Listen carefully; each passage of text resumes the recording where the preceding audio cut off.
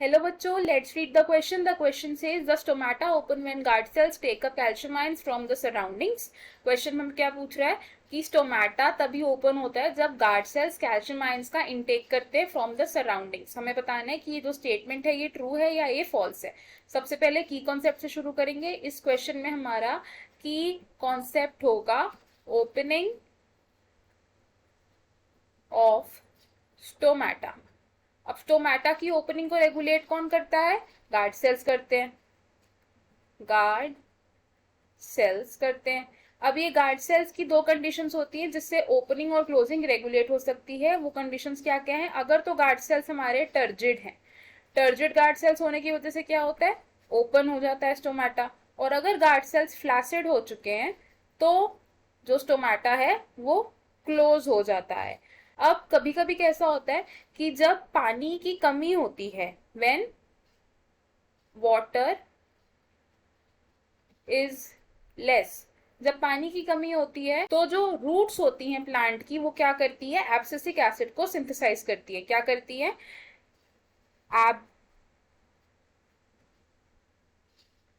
Abscisic acid is synthesised. और कौन synthesise कर रहा है इसको? रूट्स कर रही हैं। रूट्स ने क्या किया? एब्सिसिक एसिड को सिंथेसाइज किया। अब ये जो एब्सिसिक एसिड है, एब्सिसिक एसिड यानी कि ABA, अब ये जो एब्सिसिक एसिड है फिर उसके बाद ये कहाँ जाएगा? ये जाइलम के थ्रू जाएगा लीव्स में। Through xylem it will reach, कहां पर रीच करेगा ये? The leaves. और लीव्स में कहां पर रीच करेगा? Specifically in the guard cells. अब क्या करेगा? कैल्शियम चैनल्स को ओपन कर देगा। क्या करेगा? ABA क्या करता है? Open calcium ion channels. Calcium ion channels को जब ओपन करेगा ABA तो क्या होगा? जितने भी कैल्शियम आयन्स थे वो सारे कहाँ चले जाएंगे? In the guard cells.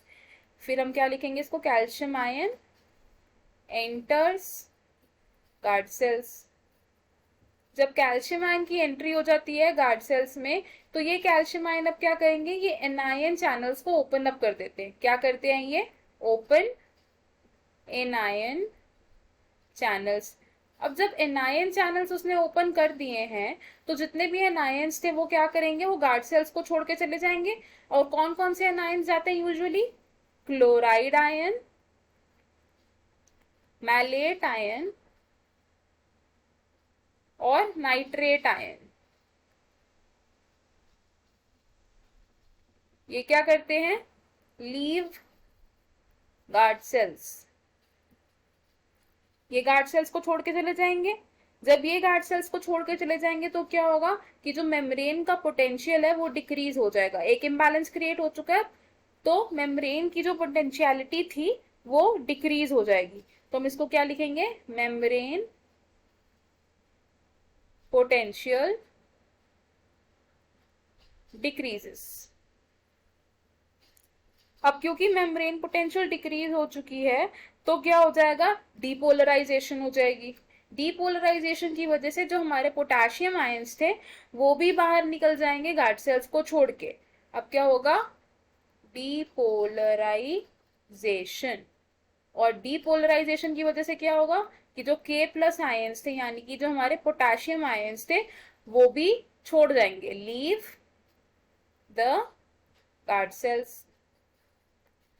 अब जब बच्चों पोटेशियम आयंस ने गार्ड सेल्स को छोड़ दिया तो क्या होगा? टर्गर प्रेशर कम हो जाएगा। पानी की एंट्री नहीं होगी, पानी भी नहीं है, अब आयंस भी नहीं है, इम्बैलेंस क्रिएट हो चुका है। तो क्या होगा इसमें? अब टर्गर प्रेशर ऑफ, किसका टर्गर प्रेशर?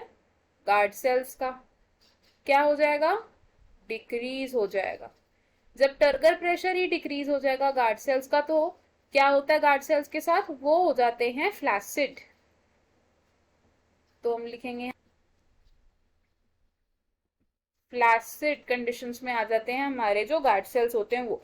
और जब गार्ड सेल फ्लैसिड हो जाते हैं तो क्या होता है, बेसिकली हमारा जो स्टोमेटल है, हमारा जो स्टोमेटल पोर है वो क्लोज हो जाता है। तो हम इसको लिख सकते हैं स्टोमेटा क्लोजेस।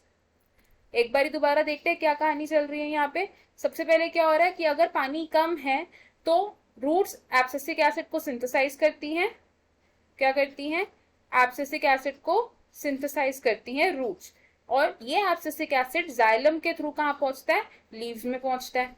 फिर जो एब्सिसिक एसिड है ये क्या करेगा? कैल्शियम आयन चैनल्स को ओपन अप कर देगा। अब ये calcium ion channels guard cells के अंदर गए और इन्होंने क्या किया? एनायन चैनल्स को ओपन कर दिया। अब जब एनायन चैनल्स ओपन हो गए तो जितने भी एनायंस थे वो क्या करेंगे? गार्ड सेल्स को छोड़ के निकल जाएंगे, जिसकी वजह से क्या होगा? मेम्ब्रेन पोटेंशियल कम हो जाएगा और डीपोलराइजेशन हो जाएगी। जब डीपोलराइजेशन हो जाएगी तो पोटेशियम आयंस भी नहीं रुकेंगे गार्ड सेल्स में, वो भी उसको एग्जिट कर जाएंगे। उसकी वजह से क्या हो रहा है? अब इंटर्न टर्गर प्रेशर कम हो रहा है गार्ड सेल्स का, और टर्गर प्रेशर कम होने की वजह से हमारे गार्ड सेल्स फ्लैसिड हो रहे हैं, जिसकी वजह से स्टोमेटा क्लोज हो रहा है। तो अल्टीमेटली हमें हमारे क्वेश्चन का आंसर मिल गया कि कैल्शियम आयंस का अपटेक होने से हमारा जो स्टोमेटा है वो क्लोज होता है, ना कि ओपन होता है। तो हमें जो स्टेटमेंट दी है ये फॉल्स स्टेटमेंट है।